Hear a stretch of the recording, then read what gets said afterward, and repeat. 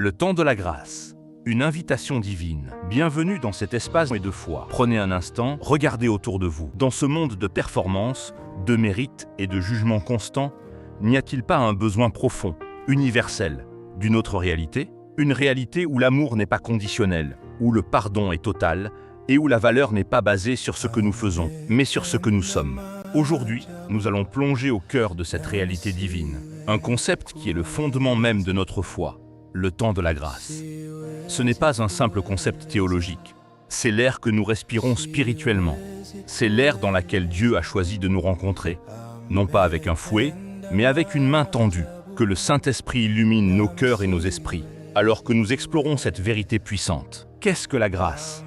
Le mot grec est charis, et il signifie littéralement faveur imméritée. C'est la bonté de Dieu manifestée envers ceux qui ne la méritent pas, et qui en fait méritent le contraire. Imaginez que vous êtes en faillite totale, spirituellement parlant.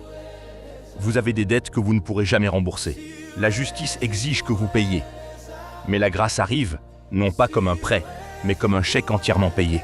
L'apôtre Paul le dit si clairement dans Éphésiens chapitre 2, versets 8 et 9. Car c'est par la grâce que vous êtes sauvés, par le moyen de la foi. Et cela ne vient pas de vous, c'est le don de Dieu.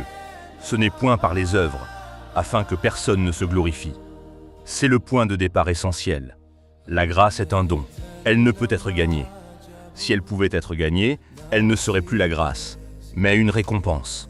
Le temps de la grâce est donc cette période où Dieu a suspendu l'exigence de la perfection humaine pour nous offrir la perfection de Christ. C'est une ère de miséricorde active, où la loi, qui révélait notre péché, a cédé la place à la grâce, qui révèle le Sauveur. Pour comprendre l'importance du temps de la grâce, il faut le situer dans l'histoire du salut. L'ancienne alliance était basée sur la loi. Fais ceci et tu vivras. C'était un système de mérite et de sacrifice constant, qui, par sa nature même, prouvait l'incapacité de l'homme à atteindre la norme divine. Mais alors, le pivot de l'histoire humaine est arrivé. Jean chapitre 1, verset 17 déclare « Car la loi a été donnée par Moïse. La grâce et la vérité sont venues par Jésus-Christ. Jésus n'est pas venu pour abolir la loi, mais pour l'accomplir parfaitement et pour inaugurer une nouvelle alliance, celle de la grâce. Sa vie, sa mort et sa résurrection sont le fondement de ce temps. Le temps de la grâce, c'est le temps où le sacrifice unique de Christ est suffisant pour tous les péchés, passés, présents et futurs. C'est le temps où le voile du temple a été déchiré, symbolisant l'accès direct à Dieu, non par un prêtre ou un rituel, mais par la foi en Christ. C'est pourquoi l'apôtre Paul nous exhorte dans 2 Corinthiens chapitre 6, verset 2.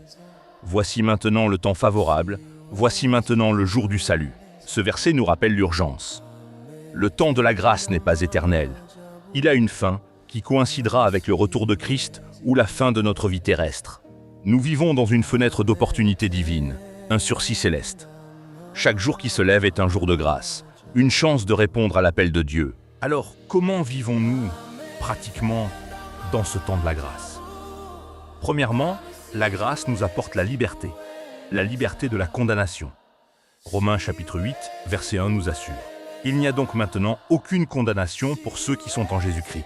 Si vous avez accepté Christ, votre passé n'a plus de pouvoir sur votre identité. Vous n'êtes plus défini par vos échecs, mais par le pardon de Dieu. C'est une liberté qui nous permet de nous approcher de Dieu avec confiance, non avec peur.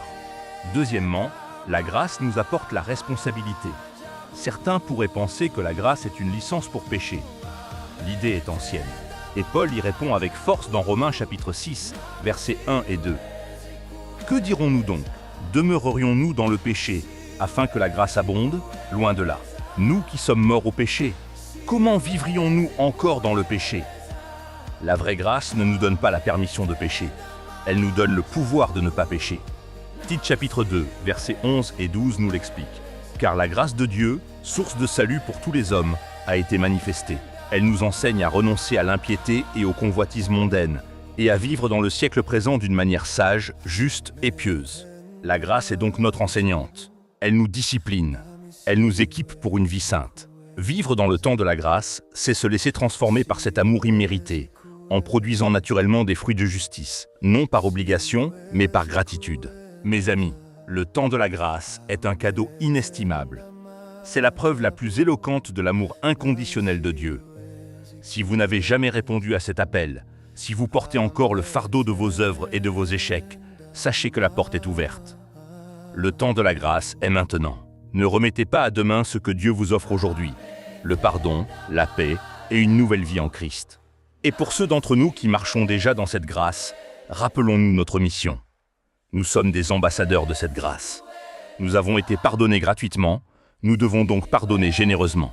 Nous avons été aimés sans condition, nous devons donc aimer sans réserve. Que votre vie soit un témoignage vivant de cette vérité. Nous ne sommes pas sauvés par nos efforts, mais par la puissance et la bonté de Dieu. Merci de nous avoir rejoints. Que la grâce de notre Seigneur Jésus-Christ soit avec vous tous.